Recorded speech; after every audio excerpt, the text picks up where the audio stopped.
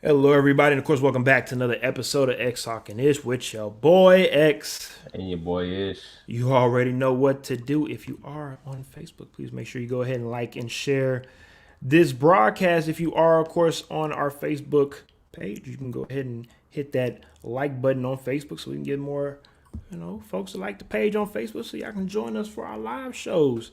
And if you are, of course, on YouTube, go ahead and hit that subscribe button and also hit that notification bell for shows like this one in the future. Ding. Thank you for that, Ish. And as well, if you Yes, are on sir. Twitter, I feel you, I feel you. If you are on Twitter, please make sure you go ahead and check us out. Periscope, X Talking Ish. I went ahead and already retweeted the show on my personal page at X underscore Williams.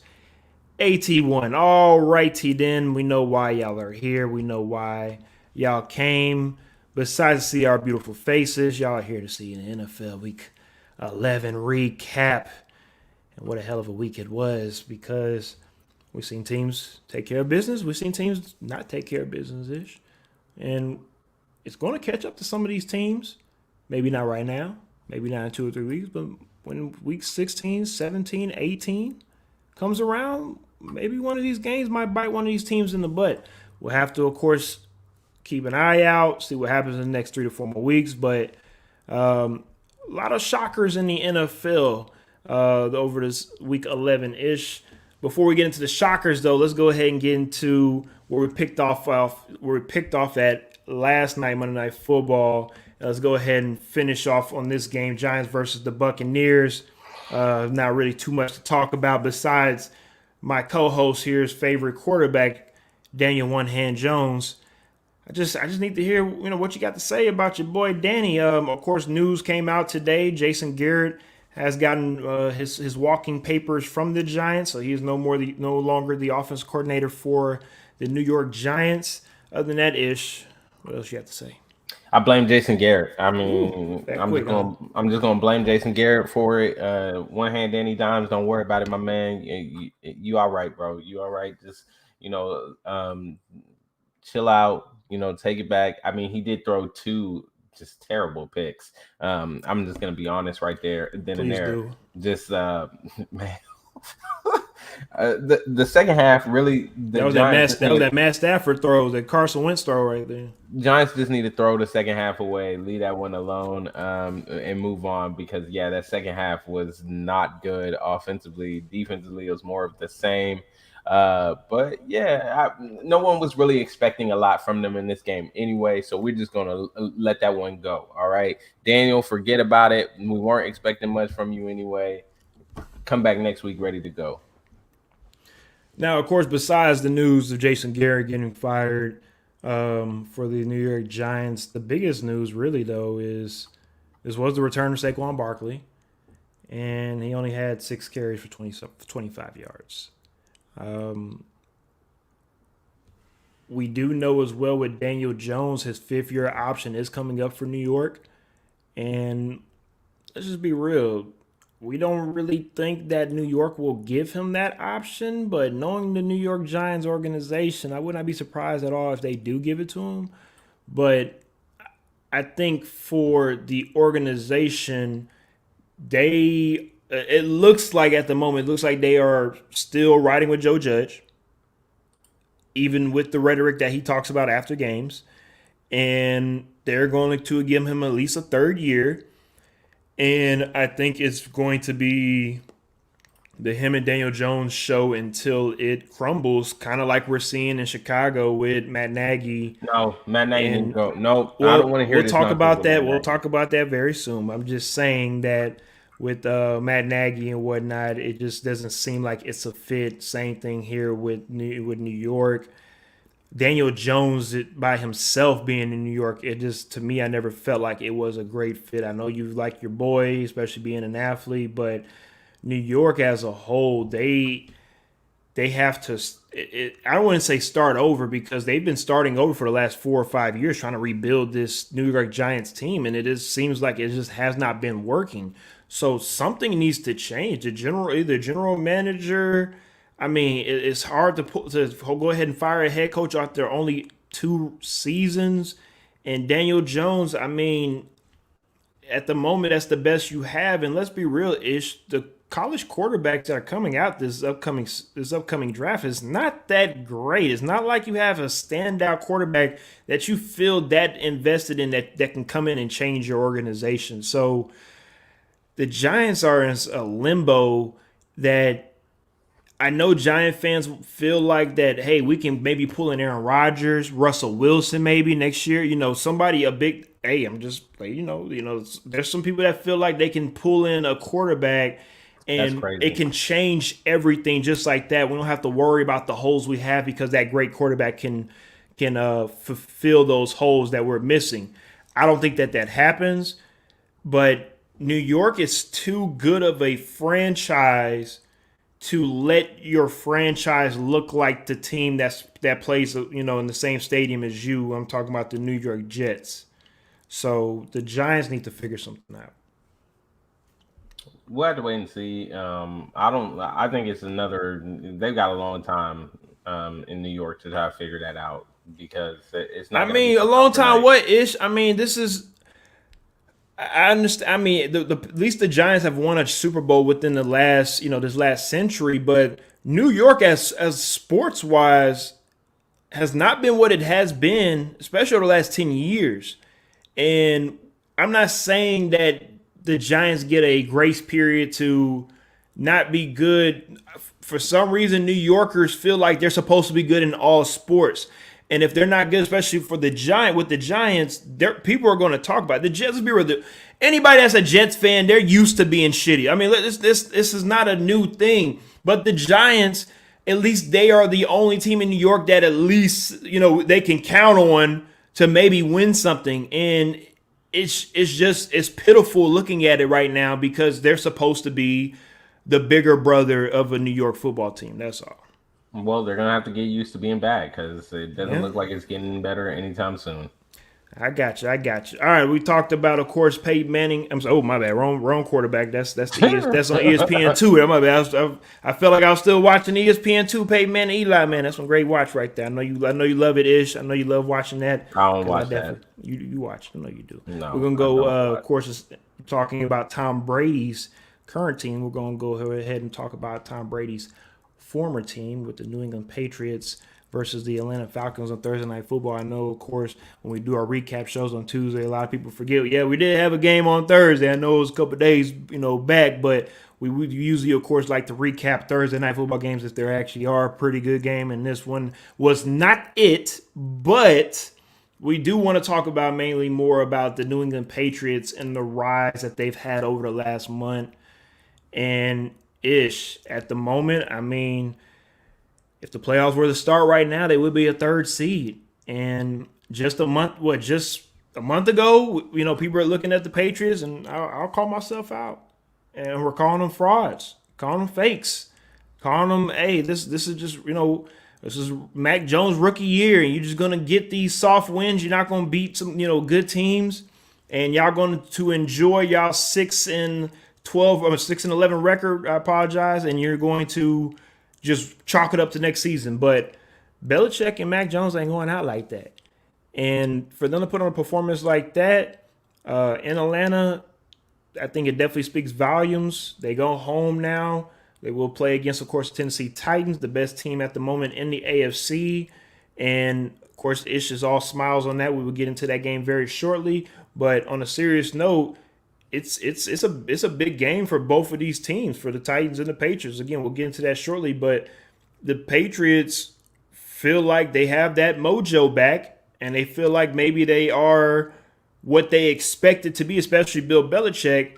And as long as they continue to do the right things and let the teams that they play against do the wrong things, unfortunately, we might find this Tom Brady-less Patriots back in the thick of things in the AFC playoffs. Yeah, I mean, I think people forgot that they spent, a good amount of money in free agency during the off season.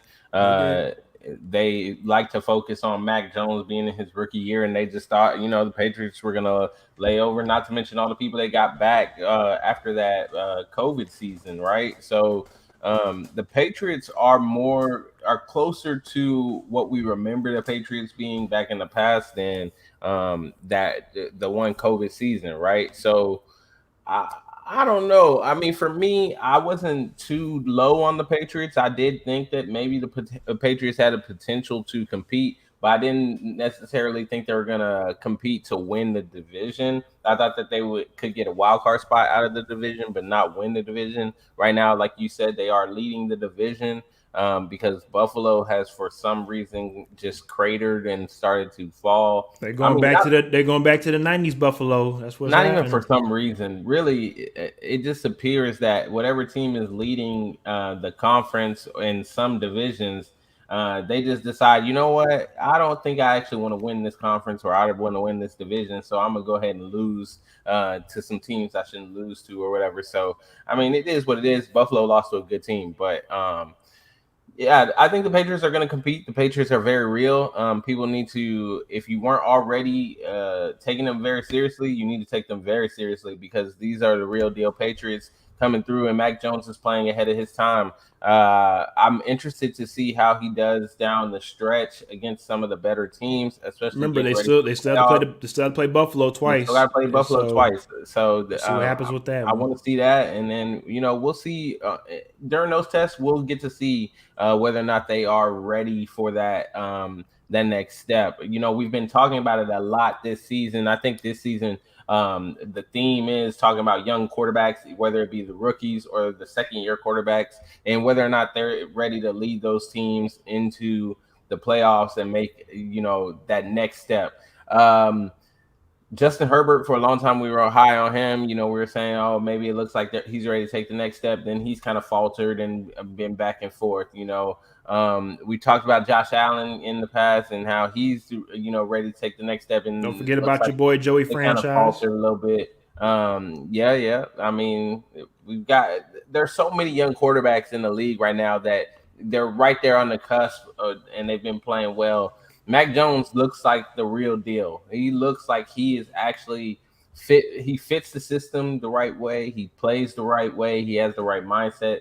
So yeah, I want to see how he plays against the Bills. I'm gonna hold off on making any predictions or really giving him that stamp of approval until we see him play the Bills. But yeah, right now it all looks good. And if I'm a New England fan, I'm excited, because if this is his rookie year and this is how he's playing, Yeah, we he's could be only in he's only for going to get he's only going to get better, right? we could be in for Yeah. more of this Patriot dynasty talk. Yeah, here we go. Part 2, 2.0 looking as. All right, look at the comment section right quick. My cousin, Marty McFly, I appreciate the comment. He says, why I got to be unfortunate? Of course, he's talking about the Patriots getting better at the right time. I got to be unfortunate because on some real, as much as I love you, cuz you're a handsome young man. Everybody tired of y'all shit. At the end of the day, everybody's tired of hearing it. Y'all went from being one of the like the Patriots and the Buccaneers, and there's a couple other franchises out here, went from being laughing stocks of the NFL to now like we look at these franchises like, man, the Patriots is the greatest franchise to ever play football. Like, hell no, they are not. No. That you better thank Brady and Belichick for all them damn rings. Everybody that's a Patriots fan. But I will say, moving forward, Brady got his with Tampa, and Belichick. I'm not saying that he can win one with Mac, but my question is seriously though, how long would Belichick be here with Mac until most likely they hand the reins over to Josh McDaniels and they do what they do with Josh and the Mac? But I think that's the real question: is how much longer really is Bill going to coach?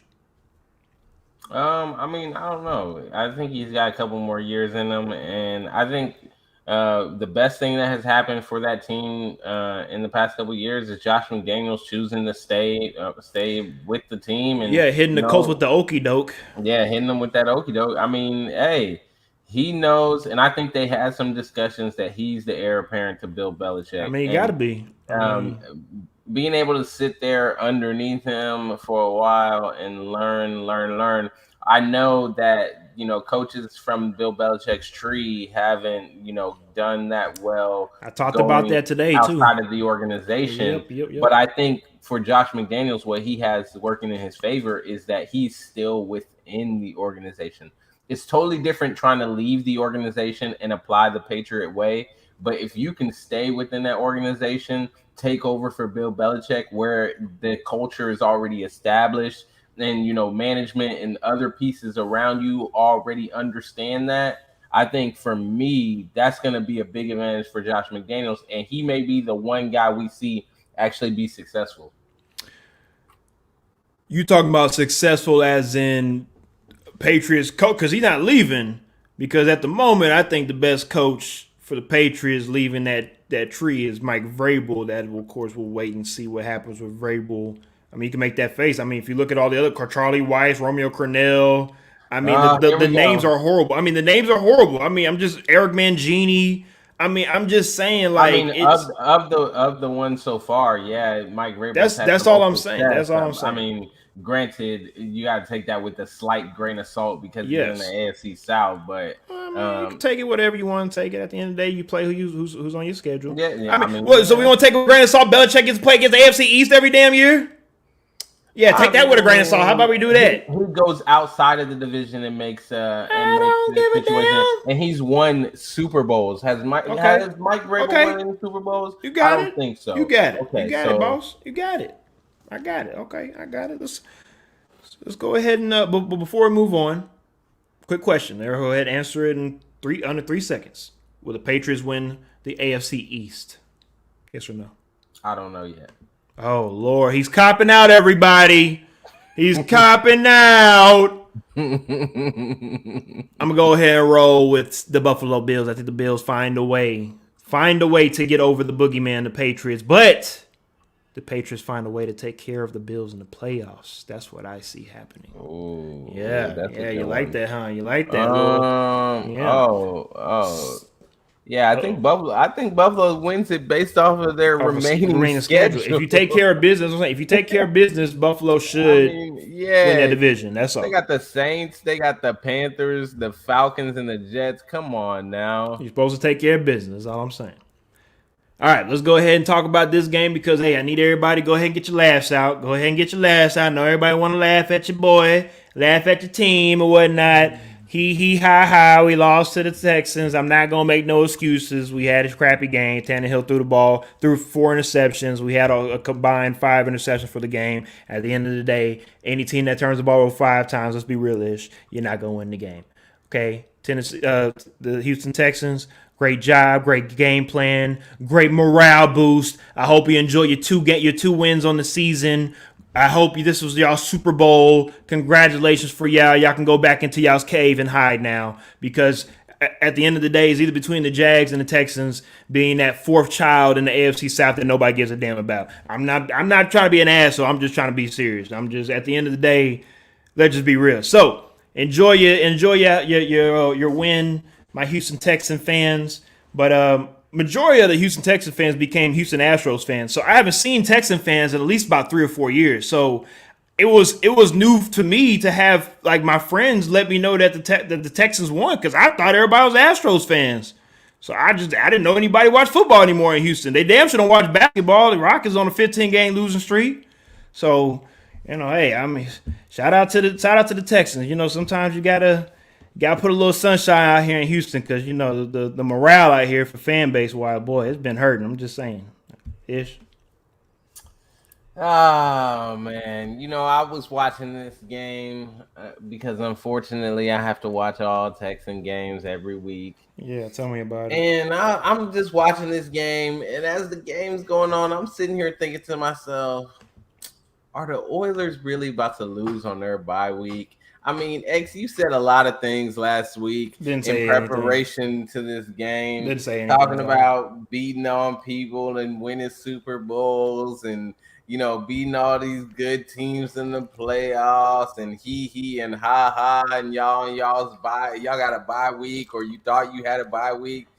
Well, I try to tell you, I said, y'all got to get past the Texans first. And you try to write me off. You said, get past the Texans. I was called crazy by Greg. I mean, everybody just was writing it all off. And then you are crazy, but continue. Look what went and happened. I might be crazy, but hey, I'm not on the Oilers out here losing on my bye week to the Texans. So it is what it is. You know what? I'm not even going to. I've had my fun. I've joked and I've laughed at the Oilers, and I made fun of you for a little while. But if I'm gonna be honest here, I'm going to give the Oilers a pass. And yes, I am referring to them as the Oilers again because this week they deserve to be referred to as the Oilers for a while. Fine. That's fine. Do what you do. I don't. It doesn't matter because we're the Tennessee Titans. But continue. Yeah, the Tennessee Oilers. The Tennessee Oilers. Let me just say, I'm gonna give you a pass this week. Okay, I'm gonna give you a pass. Why am I giving them a pass? Ryan Tannehill, he had nothing that he could do. Okay. AJ Brown ended up getting hurt. The other receiver, I forgot his name, it's escaping me at the moment, also got hurt. I mean, he was working with the skeleton crew on offense. We already know the king is down. For some reason, even though Deontay Foreman was the hot hand, they chose not to give it to him, only for them to come out, today and cut Adrian Peterson and sign Golden Tate. So it's like, okay, if you realize that Adrian Peterson wasn't the guy, why in the game when Deontay Foreman was, toting? And I said this to you last week. I know what you said. I was here on the show. I was listening. Looking good. Like, y'all need to keep giving him the ball. He's actually gonna do some good things for you. And he really was. If people were watching this game, Deontay Foreman was actually running. He was toting the rock. He was catching the ball out the backfield. It looked good for one drive. I was actually sitting there thinking like, oh, here we go again. The Texans want to get up on the Titans and then throw it all away. But no, Ryan Tannehill, unfortunately, just had no help. He had no help. So everybody pump the brakes. All you Texan fans out there, go back to supporting the Astros. Go back to crying about the Rockets being garbage. Go back to go back to the closet that you were in before, okay? Because that's all I'm saying. You got this one win, but you did it against a team that was hobbled, okay? I believe the Texans have to play the Titans again. Week 18 in Houston. Y'all better hope they're not healthy. Because the beat down that they're going to put on y'all week 18. As long as you know, Ish. As long as you know. The beat down that's going to get put on y'all. And I might have to pull up the NRG Stadium just to go watch myself. So, right now, everybody, we can laugh a little bit. But then let's be realistic and just realize that this team was hurt. They were hobbled. There was no way they were going to win this game in this situation. The Texans, you're an NFL team. I would hope you would be able to beat a team that's on one leg. That's all I'm saying. All right. Now, before we move on to the next topic, I will say, though, let's all remember, everybody, just because we lost doesn't mean we went from the first seed to out of the playoffs. We're still the number one seed in the AFC. And last time I checked, yes, we lost to the Texans and the Jets. But last time I checked, bad teams are not going to be in the playoffs. We're going to play good teams. Here you go with this bad team argument. I'm just saying, we're not going to be playing the Texans in the playoffs. We're going to be playing the Chiefs, the Bills, the Ravens.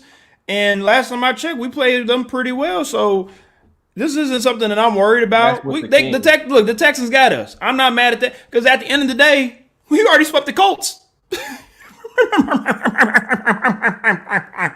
already swept the Colts. Our kryptonite is already beaten, baby. I ain't worried about no Texans. Texas could beat us on week 18 again. And guess what? I don't give a damn, but I wouldn't give a damn because we still going to the playoffs. And Texas going to enjoy that seat on the couch watching us in the playoffs. So, with that being said, let's go ahead and move on to the next topic for the team.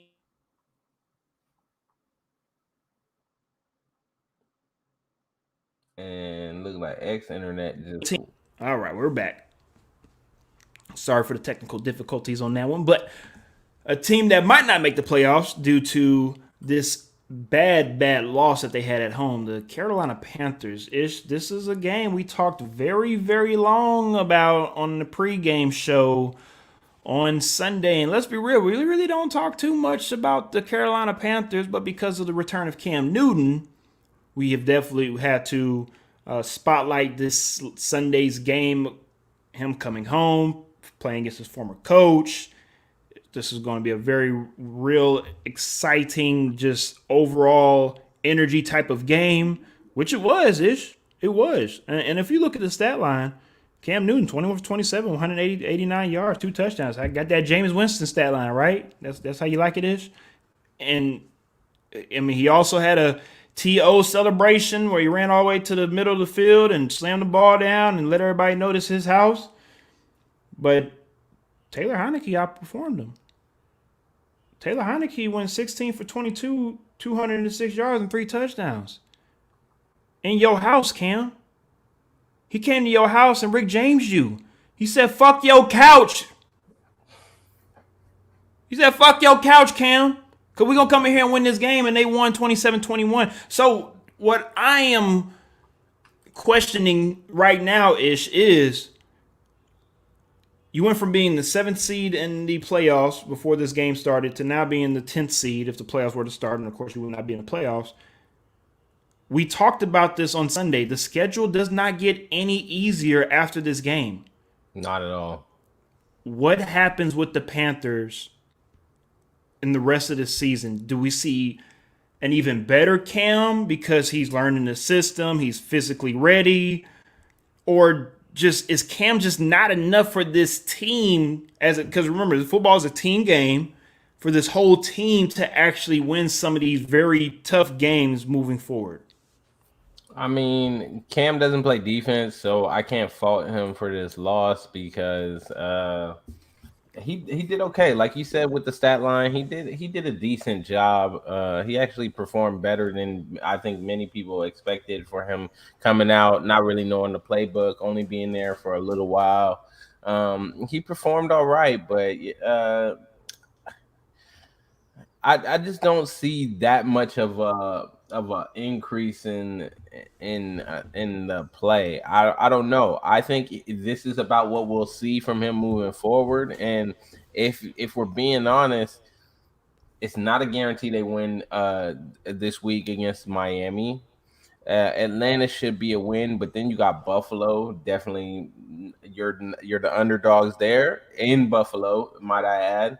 You're the underdogs against the Buccaneers. You're probably about even with the Saints. And then you got to go on the road to Tampa and you're an underdog there. I just don't see him pulling it out. I don't see it happening. Great story for Carolina, I guess. Yeah, Cam Newton, hooray, he's back. But just like I said in the preview show, like you said in the preview show, all that morale boost nonsense that everybody was talking about, where is it now when you lost at home to Washington football team? Where is that morale boost now? Because you know what all that got you? All that got you is out of the playoff picture right now, tied with Philly, who has the tiebreaker on you. So, congratulations, Carolina. You played yourself. Yeah, you really did. You played yourself because you're not going to – I don't see you making the playoffs. I do not see it happening. If they do make the playoffs, I mean, Cam Newton is going to need he's going to have to play lights out. That defense is going to have to play a little bit better than what they have been playing. You better bring Greg Olsen back, Jonathan Stewart. Steve Smith. And it ain't happening. Hold on. But to just let me rub a little bit of salt in the wounds, a little bit more salt in the wounds for you real quick before I go ahead and move on to the next topic, though. The Philadelphia Eagles that you are currently tied with, who has the tiebreaker on you, their remaining schedule, on the other hand, it looks kind of sweet because they got the New York Giants on the road. They got the Jets on the road, which those two games on the road at home, who cares? You're probably winning that game the way Philly is playing. You got Washington football team at home. You got the Giants at home. You got the Washington football team on the road. And then you end with the Dallas Cowboys. If we're being honest here, even if they split with the Washington football team, I still expect them to win the 2 games against the Giants and the game against the Jets. You're pulling out 3 of those. And then, you split with the Washington football team. You get a 4th one. And maybe you lose the other one and you lose to the Cowboys. But those 4 wins definitely put you ahead of what I think Carolina has with their remaining schedule. So if I'm Carolina, I'm praying to whoever I believe in, praying the Lord help us out. And, maybe you can get some of this Chief luck and people start coming down with COVID. Random illnesses. Yeah, who knows? probably anthrax and whatnot next time. Wow. Yeah, that's Dismissed how that I feel. You damn right. I feel the same way. Every time Cooper just all of a sudden get hurt, COVID and shit. Yeah, you lucky Chiefs. Like I said, something gonna happen this upcoming week. I'm waiting for cause y'all play the Broncos, right? Y'all waiting for Teddy Two Gloves to lose a We on glove a and not be able bye. to play. We got to buy, and then we play against Theodore No, I thought and y'all play this week. Y'all play Sunday. Y'all flex. no, that's the flex for week 13. Okay, my apologies. I was Yeah. wrong on that. My apologies. All No, right. you good. Before we move on to the next topic, though, like I said, when it comes to the Panthers, I'm just disappointed in them overall as a whole. I expected more, and I mean, with Cam coming back, and now that you can't take care of business at home against a watch football team, let's be real, it's pretty much over for them. But I'm happy that you did bring up the Eagles because that was actually the next game that we were going to talk about, anyways. So let's segue right into the Saints and Eagles game, and if you were somebody that was a betting person, I'm pretty sure nobody was going to expect the Philadelphia Eagles put up 40 points on a pretty decent Saints defense. Now I know you have a lot of injuries, but the Saints defense is still pretty good, and for them to give up 40 points and Jalen Hurts, I know the stat line isn't sexy, but he gets the job done. 13 for 24, 147, but 3 touchdowns on the ground, and they killed New Orleans on the ground, and they just couldn't stop Philly. And with that being said, like you said, Ish, the Eagles at the moment have the tiebreaker over the Panthers, and that is a question I had coming into this show is, can the Philadelphia Eagles really make a run and maybe make the playoffs? Because it's looking like things are really coming together for them at the right time. You made this comment a couple weeks ago, and you said, "Hey, you never pick the Eagles, you never do this, you never do that about with the Eagles. You're not showing them love." But I was serious about in the beginning of the season, they didn't deserve any love. There's no brotherly love there at that moment, but they remind me of what the Patriots have been doing, what the Chiefs have been doing over the last month, and that's getting better at the right time. And their defense have been playing a lot better, and of course their offense with this young quarterback who they are still trying to figure out what they're going to do with, if they're going to keep him or maybe let him go. And with this game, it definitely showed. I think it showed them a lot. It's not a game that you can say, "Hey, this is our guy now," but I definitely think it helps for Jalen Hurts' confidence. It helps with his mental and going into, again, the back half of this schedule. I'm looking at the Eagles ish. I want to see if they can finish it out and steal a playoff spot from somebody. If they play the way they should play, they win the games that they're supposed to win, they're going to make the playoffs. I say that definitely because New Orleans' remaining schedule is not a walk in the park. We've already addressed Carolina's remaining schedule. The other team that is there right about with them is that I think is the other team kind of competing for that last wild card spot is San Francisco. Unfortunately for San Francisco, the division that they're in doesn't lend itself to a kind remaining schedule as well. So to me, just based off of looking at schedules, Philly should get in the playoffs. Now, I understand you play the game every week because you never know what can happen. Not to mention injuries is another situation that you got to deal with. But definitely you got to go with the hot hand. And Philly has been on a roll. They've been finding ways to make it work. And I wouldn't be too concerned about the Jalen Hurts stat line because the thing about it is, if you actually were watching the game and you saw what happened, they jumped up on them early. I mean, Yeah. at the end of the first quarter, they were up by 14. They put another 13 up on them in the second quarter. And I mean, at halftime, you're looking at a 27-7 game. There's no need to really throw the ball, right? And the run was working. So, I mean, for me, I'm just thinking to myself, um, I'm not too worried about Jalen Hurts' stat line. They did what they needed to do. They put up the points on them. And I mean, I'm actually looking at Philadelphia right now as that last team in on the NFC side. Now, do I think they're going to be able to get in the playoffs and make noise? I don't think so. I think they're But going to. it's a good opportunity to capitalize on something that you can build into going to next season. Oh, most definitely. I think for me, this is Jalen Hurts' chance to build his case to stay to As the remain the starter. starter, Oh to yeah, I remain agree. the starter, Oh yeah, I definitely agree. to earn another year of evaluation. I think because I think that's definitely what it's going to be for him, unless he goes out there and he pulls off a upset in the playoffs. I think that it's still going to be a year-to-year evaluation. They're going to take what the results are this year. They're going to look at it. They're going to say, okay, I think he did enough to get us in the playoffs. They're going to go into next year, and it's going to be the same conversation, really. Like you already alluded to, the quarterback class this year is not the best quarterback class in the world. So there's nobody out there, unless they're picking up a free agent, unless the trade for Deshaun Watson somehow materializes for them. They're not picking anybody up that's going to be a better option than Jalen Hurts. So I think this is his chance to earn that next year of evaluation, and then he's going to go into next year. Then again, he's going to have another chance to retain that spot. So we'll have to wait and see. But yeah, as long as they handle their business, they will make the playoffs. Two things though before we move on to the next topic. One, even though I did bring up his stat line, I was just bringing it up in the case in point of course, we are in a passing league. Everybody wants to see 300-yard passers, and it was just weird to, of course, see that type of stat line now. But 100% agree on everything that you said when it comes to if something is working and you bleed that clock and get up out of here with a win, you continue, of course, to keep doing it. And also the second thing I do have is with the Eagles.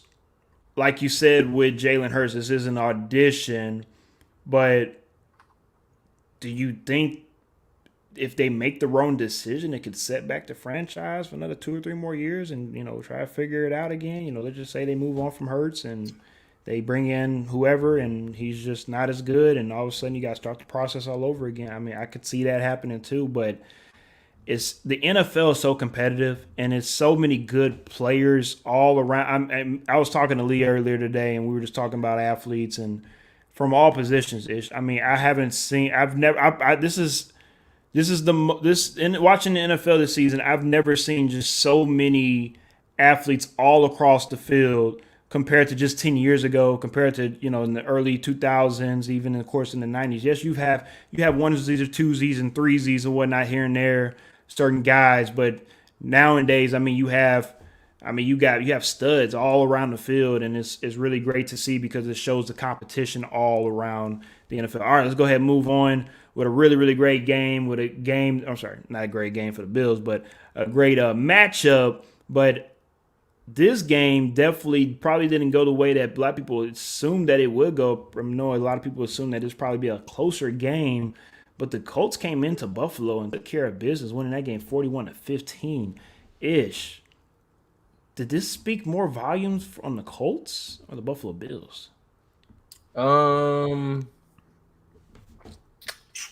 think it spoke more for the Colts and how real the Colts run game is. I think that the Buffalo defense is still a really good defense. I think if they're playing someone else, they probably perform better. I think that it just speaks to how good that Colts run game is, how good that Colts offensive line is. And again, it's the Colts being the Colts. The Colts always find a way in the second half of the season to go on a run and push for the playoffs and all this nonsense, yada, yada, so on and so forth. You look excited about it. I mean, it's kind of boring. It's kind of the old story. I don't. I mean, the Colts are okay to watch, but they're not like a thrilling team to watch. They're just yeah. You sound like a cat right now. You sound like a hungry ass Garfield or something like that. Feed me, looking at. I mean, that's just kind of how the Colts make me feel when I'm watching them. I'm just kind of like, that's not fun. That sounds like diarrhea or something. Like I don't want none of that. Yeah, exactly. I don't want none of the Colts making the playoffs again, but they will. Who knows? They'll find a way. The run game is just too. It's just too good. It's too good. I have a couple takeaways from this game. I'm going to make it very short because we have a couple more games to talk about before this night is over with. First things first, and I listened to a couple other people speak about this, and I have to definitely agree. Buffalo on any weekend can probably beat anybody. But when they play a team that's physical and that can punch them in the mouth, those are the teams that the Bills are running away from and have been doing that for at least the last 2 years now. And they can play finesse with anybody out here, and they can put up 40 points, and they can do. But if you're a team that can go out there and physically dominate the line on both sides of the ball, the Bills are going to lose that game. And that's all that happened here. That's really what I don't think the Colts are that much better than the Bills. That's just my opinion. Again, if we met up in the playoffs, I think it'd be a different story. I don't think so. That's just my opinion. Because the Bills stepped up last season against the Colts, where they stopped their running game and they stopped them from it was barely. You're correct. It wasn't, the stat line wasn't beautiful, but it was enough to where they won them a playoff game. So what I'm saying with the Bills is, this is a game where you seriously, like some of these games for the last 2 or 3 weeks with a lot of different teams, from the Cowboys to the Texans, to the Titans, to the Colts, to the Bills, whoever. A lot of these games, it's okay to, I know it sounds crazy, but it's okay to lose some of these games because you actually want to you want to use some of these games as motivation and hype to continue to finish out this season strong. You look at me crazy all you want to, but everybody got to remember, this is the first season where it's 17 games in a season. This is a long season. I know a lot of people might not think of it that way, and it's not as, people just think, oh, everybody just strap up their helmet and go out and go play football. No, every week these guys are getting treatment. The guys are trying to get ready to play on a Sunday. And if you look at all of these teams, especially the top tier teams, especially how they're utilizing some of their players and making sure that they're healthy and making sure that they're not rushing themselves back, I think it's very important to really watch, especially going to the last 4 weeks of the season and going into the playoffs, because just a team like the Titans, you have Julio Jones who's on IR. They put Bud Dupree on IR. Derrick Henry is supposed to come back, hopefully end of December, beginning of January. And if that happens, you have the team that you want fully healthy to make a playoff run. I think that is what a lot of teams are doing now throughout this season, is trying to hold the ship together to just make it to the playoffs. It's like, again, with the Titans, it don't matter if we're the 1 seed or the 3 or the 4 seed.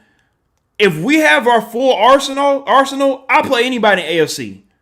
So that's how I feel with some of these teams, AFC and even in NFC, to where you might have some of these teams that are just saying, look, we can give up this game. The Rams a couple weeks ago, they didn't expect to lose to the Titans, but they can probably look and say, you know what? Even though that's a bad game that we lost and we play in a tough division, we can still find a way to get to the playoffs.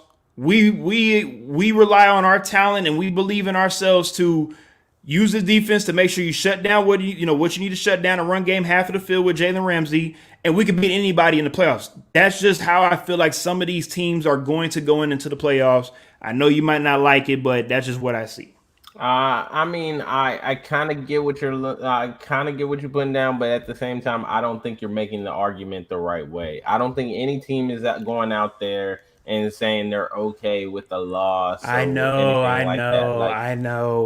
What I'm saying is, again, nobody in the NFL is going undefeated. We saw it with the Patriots 10 years ago, where, of course, they lost in the Super Bowl, and the only team, of course, in the NFL has ever been undefeated all the way to Super Bowls, Miami Dolphins. We got that. We understand that.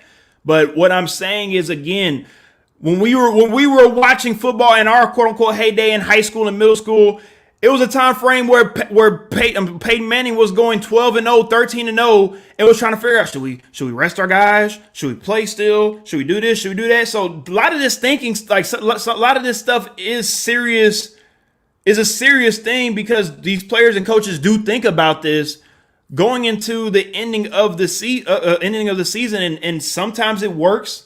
Sometimes it bites you in the ass, like it did with the Colts. But last season we saw with the Bucs, where Bruce Arians said, "Look, I don't need you, Tom Brady, on a Wednesday. I need you on Sunday. So take all the breaks you want to. I don't give a damn. I just need you healthy on Sunday. Yeah, but I don't think that argument actually relates to this game only because this is the middle of the season, right? Like they're not actually resting players. And if anything, it's more important to win these games now so that when like you're talking about later on in the season, when we get to week 17, week 18, you can rest some of your starters because you have done what you needed to do, right? Like dropping these games right now, like we talked about before the show, right? One loss for the Buffalo Bills took them from being way up there in the standings on the AFC side to being dead last, like you're seventh in the playoff now. So now you're right there on the cusp of making the Missing the playoffs. playoffs. Yeah, I So got you. that is not like this game to me. It doesn't. The argument doesn't make sense because if anything, you need to win these games in the middle of the season so that you get the opportunity to rest these players at the end of the season. But Because I right now, if you're also, the Buffalo Bills, you losing that game to Indianapolis, who is also fighting for a wild card spot. So they have the tiebreaker on you now.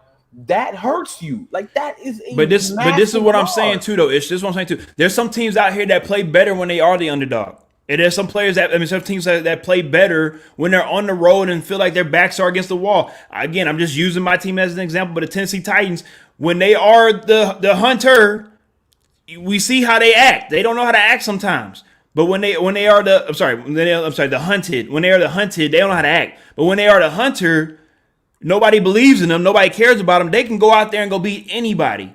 So what I'm saying is some teams don't know how to handle the spotlight. And maybe this is a good thing for the Bills. Maybe they don't need to be a 1 or 2 seed to where they can make the Super Bowl as a 1-2 seed. Maybe they need to come from a fifth or a fourth seed and make a run, and people be like, "Damn, like we didn't believe them, but they believed in themselves." So that's what I'm saying as well too. Is like, yes, I think we're both on the same page. We're just on a different chapter. That's all. I don't think this is I think good for we them are. at all. I think we are. No, I'm saying I don't think this is good for Buffalo at all. Oh, To okay. me, what I take from this is that Buffalo better watch out because right behind them is the team that they just lost to, the Indianapolis Colts. You also have lurking right behind them the Pittsburgh Steelers. Cleveland not too far behind them Cleveland as ain't making the well. playoffs. Cleveland ain't Uh, making the playoffs.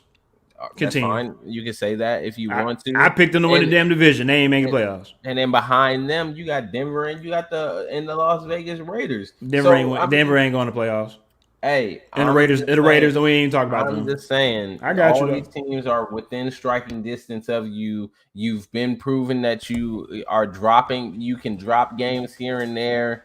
I mean, and you don't have a walk in the park for the remaining. Like we already talked about, you got the Patriots twice. The Patriots who are hot right now. I If you got you. out here dropping games to the Colts and you dropping games over here to the But like I Jaguars, said, maybe the they'll play better. Jaguars. Maybe they'll play better when they're looked at Well, as the underdog. let's We hope we have so. we have to Let's wait and hope see. so. Let's All hope right, so. Because they're not gonna make. They right now. They might not make the playoffs. I got you. Let's talk about a game where the underdog took care of business in this game, and the underdog, aka Captain America, Oh, everybody's please. favorite, Kirk Cousins, went out here and took care of his business. Hey, look, you can roll your eyes and shake your head all you want to. At the end of the day, yes, Aaron Rodgers' stat line was better than Kirk Cousins. Of course, I'll give it to him on that one all day, every day, because that's a ride. But Kirk Cousins, he did get bailed out. I will say he got bailed out. I almost threw a pick, but he did what he needed to do to make sure that he took that drive down the field for the Vikings to set the game-winning field goal and beat the Packers 34-31 ish. The Vikings. Like, and I keep on hyping Kirk Cousins because he deserves it. Having a hell of a year, another 3 touchdown game, no picks. Are we taking the Vikings a little bit more seriously moving towards the back half of the season? They have a run game. They have 2 hell of wide receivers. What do you feel about this? What do you feel about the Vikings, Ish?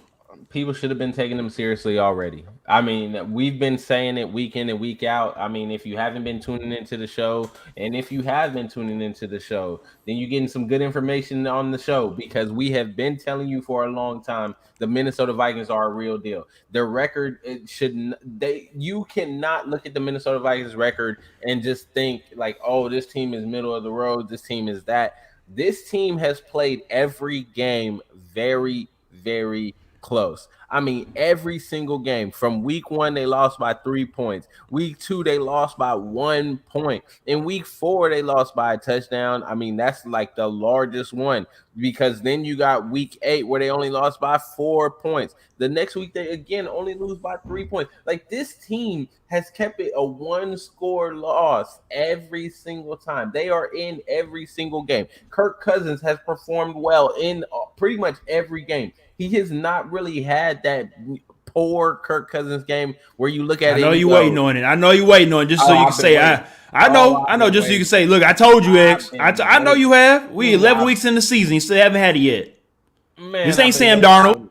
Hey, this ain't Sam Darnold. This ain't Zach Wilson. This ain't Baker Mayfield. Okay, you better respect this man. Look, one thing I will say on some serious note, though. On a serious note, you gotta if you were somebody that really watch football, Kirk Cousins is somebody you gotta seriously tip your hat to. From college, touchdowns, 2 interceptions this year. I mean, he's balling. He's balling.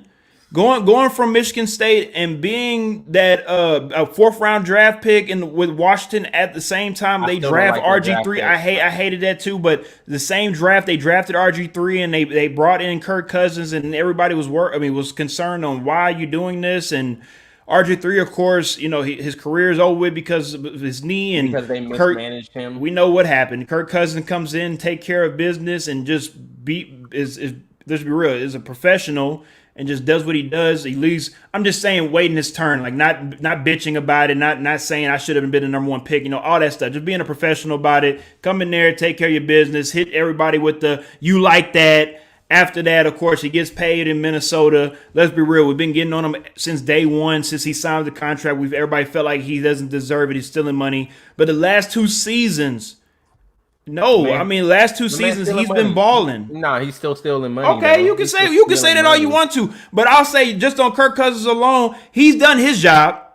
He's done his job the last 2 seasons. I'm saying this last season and this season right now, he's done his job. So you can say what you want and say, oh, Kirk Cousins, he sucks. He did that. Look, he can only do something like you talked about with in the previous game. Quarterback can't play defense, so.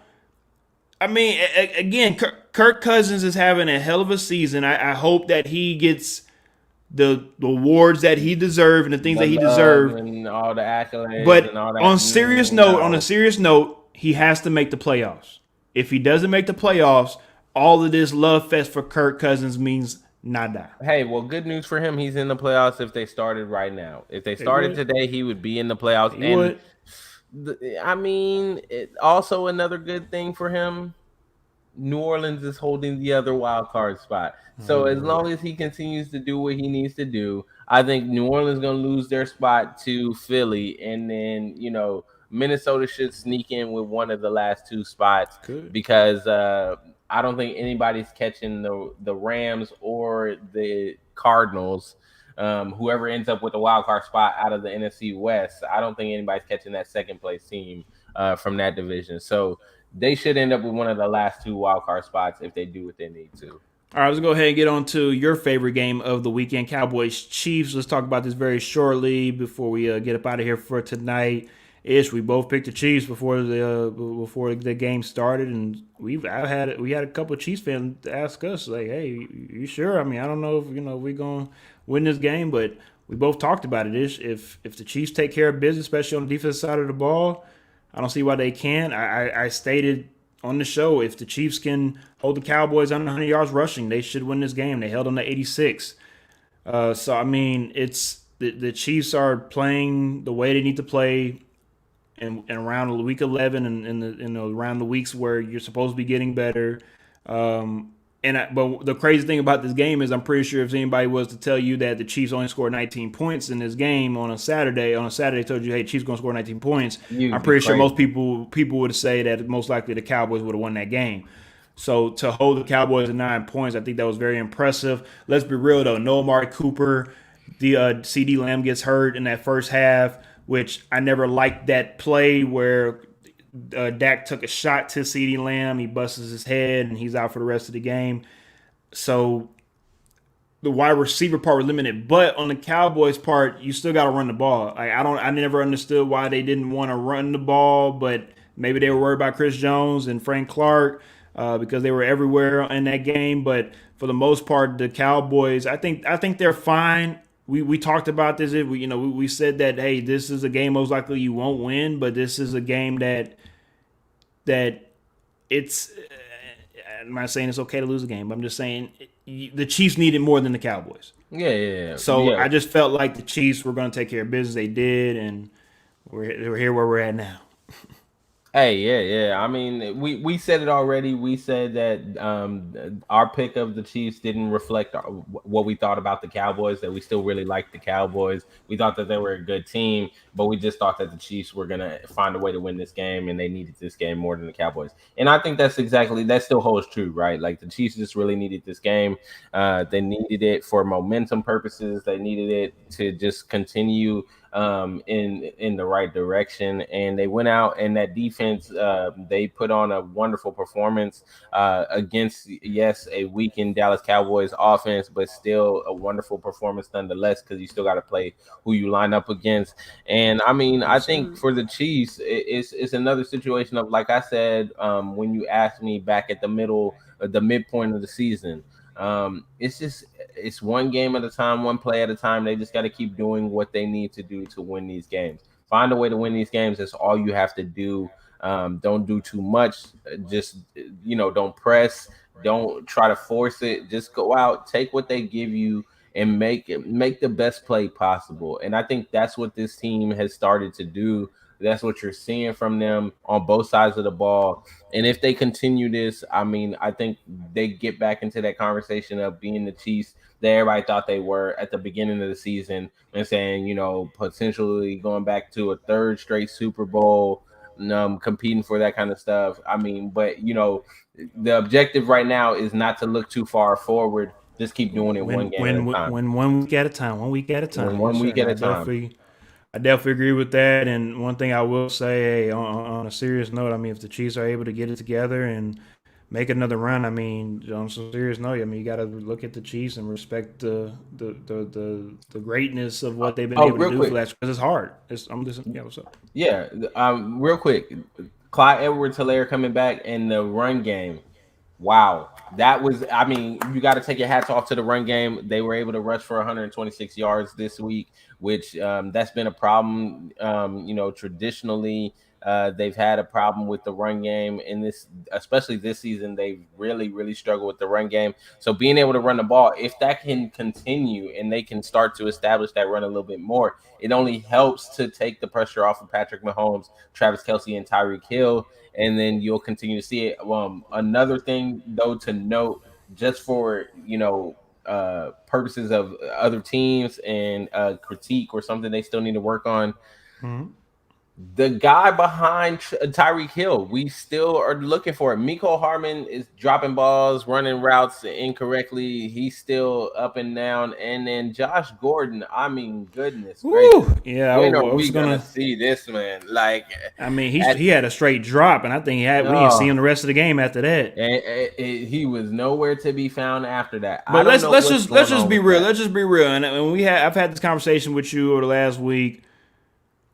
As much as I like Josh Gordon, as much as everybody likes Josh Gordon and wants to give him a second and an 18th chance, I understand, let's be real. Nobody cares about we like that. But when you're somebody that keeps getting all these opportunities and you don't even show up, that's the problem. It's like everybody is still, a lot of people are trying to recapture what he did in Cleveland. And I keep talking about guys like Deshaun Jackson. I know you just brought him up and you said the Titans are crazy for letting him go, but Adrian Peterson is on the back end of his trail.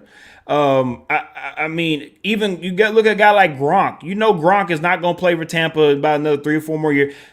J.J. Watt is just because we know their name. Huh? Gronk's still balling. You can't. He is, but he's not going to be playing that much longer. Let's just be real. He might get another Super Bowl ring and that's it. But on a serious note, we're about to get into an end of an era. Ben Roethlisberger's about to get up out of here. Like, some of these names that we've watched for the last 10, 15 years, they're done. So I know it hurts. And I know it sounds like I'm an asshole for saying this, but it's just real talk. Like some of these players are just not what they used to be, and it's unfortunate, but it is what it is. All right, let's finish up with some of these topics. We'll get into fantasy football standings and of course the pick'ems. Then we got to get up out of here for the night. So game of the week. Give me your game of the week.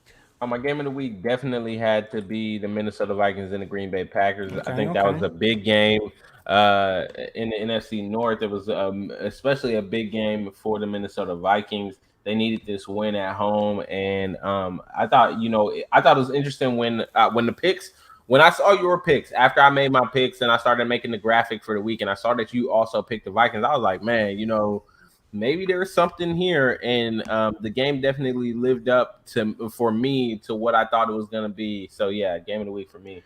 Now, I just also want to piggyback on that game because we didn't talk about this during the topic, but Aaron Rodgers did say that his toe got re-aggravated, and this is his quote. He said that it feels worse than turf toe. And if you're somebody that has played sports and you've had either turf toe or if you know somebody that's had turf toe, it's not fun at all. And if you Aaron Rodgers, if you're saying that this is worse than turf toe, that's something that we have to be on the lookout for because that's something that can seriously mess up the Packers' rest of their season. If Aaron Rodgers is not able to play, it don't matter if you're Shaq or Aaron Rodgers or Jackie Chan. It don't matter how big or small you are. Your toe will not allow you to do stuff. I'm an advocate of toenail surgeries. I've had my own ingrown toenail surgery, so I know how painful it is when you have your toes not perform the way that you want it to perform. So it's going to be very interesting to see how Aaron Rodgers heals from that and see if he can be able to gut that out the rest of the season. But we definitely have to pay attention to that one. My game of the week, though, might surprise some people, but we didn't get a chance to talk about this game, but that's why we brought it. I saved it for the game of the week. Sunday Night Football game, Steelers versus Chargers. Yeah, that was a good one. Mm-hmm. That was a very, very good game. And not just so much was it a good game. I opened my mouth not once but twice on Sunday, maybe about three times on Sunday actually, where I said something a little too quick, and then the teams come and bite me in the butt. Yeah, you sure did. Mm-hmm. And I texted Ish and I said, after the Steelers went down the field and kicked the field goal to take the lead, I texted Ish and I said, Anthony Lynn's Chargers. And what I meant by that is, like the Chargers, they're good. They are good, but it just seems like they just can't finish the damn job. Yep. But what did they do? They got the ball back, drove down the field. We assumed that they wanted to, let's be real. A lot of teams will get the ball, try to milk the clock a little bit, try to keep the ball away. But they scored before the 2-minute warning. A lot of people I think felt like that was kind of too early. But when you're down, you got to score. Touchdowns or even a field goal is not promised. So I know everybody. I know a lot of teams in the NFL are putting up ridiculous points, but I think it was great coaching, and I've talked about that on the show with Brandon Staley and this team when it comes to they're going to play their way since week one. They are going to go for wins. They are not going to play scared, and I respect that tremendously because they are either going to lose that way or they are going to win the game that way, and they won that game by not playing scared and going out there and winning that game. And I have to tip my hat off to the Chargers on that one because I picked the Steelers to win that game, and they were right there. But with the Chargers winning that game, it brought them back into the playoff hunt. And hey, man, that's a hell of a win, I think, for the Chargers. All right, let's go ahead and get into Mr. Slang That Thing for the weekend. I will go ahead and start mine off first. And I'm beating a dead horse, but I gotta go with my boy. Kirk Cousins. I know nobody want to hear it, but Kirk Cousins had a hell of a game-winning drive. I'll make it short and sweet, but Kirk, Captain America Cousins, Mr. Slang That Thing for week 11. Aaron Rodgers had a wonderful game. Aaron Rodgers threw for 385 yards, 4 touchdowns. But Mr. Slang That Thing can't go to a loser. So I unfortunately have to also give it to Kirk Cousins because Kirk Cousins against Aaron Rodgers. We lit. He just put up He answered the call. He went toe to toe with Aaron Rodgers, was able to do what he needed to do to win. And like you said, the drive to end that and win that game. Yeah, it had to go to Kirk Cousins this week. He is definitely Mr. Slaying that thing for me as well. So Kirk, Captain America. Hey, Good one job, thing I man. will say on this show is we might not like all these teams out here, but I will always give my respect where respect is Oh due yeah, yes, most definitely. because as much as I joke about Carson Wentz or Danny Jones or whoever it is, if they had a hell of a game or they had a hell of a week or I'm sorry a month or run or whatever it is, we gotta give them their props, baby. That's just what it is. That's what real athletes do. Real athletes don't hold other athletes down. That's just my opinion. I'm just talking. Just anyways, let's talk about the AFC playoff standings at the moment. We'll get into the NFC playoff standings after this, and then of course we'll get into the fantasy and the pick'ems.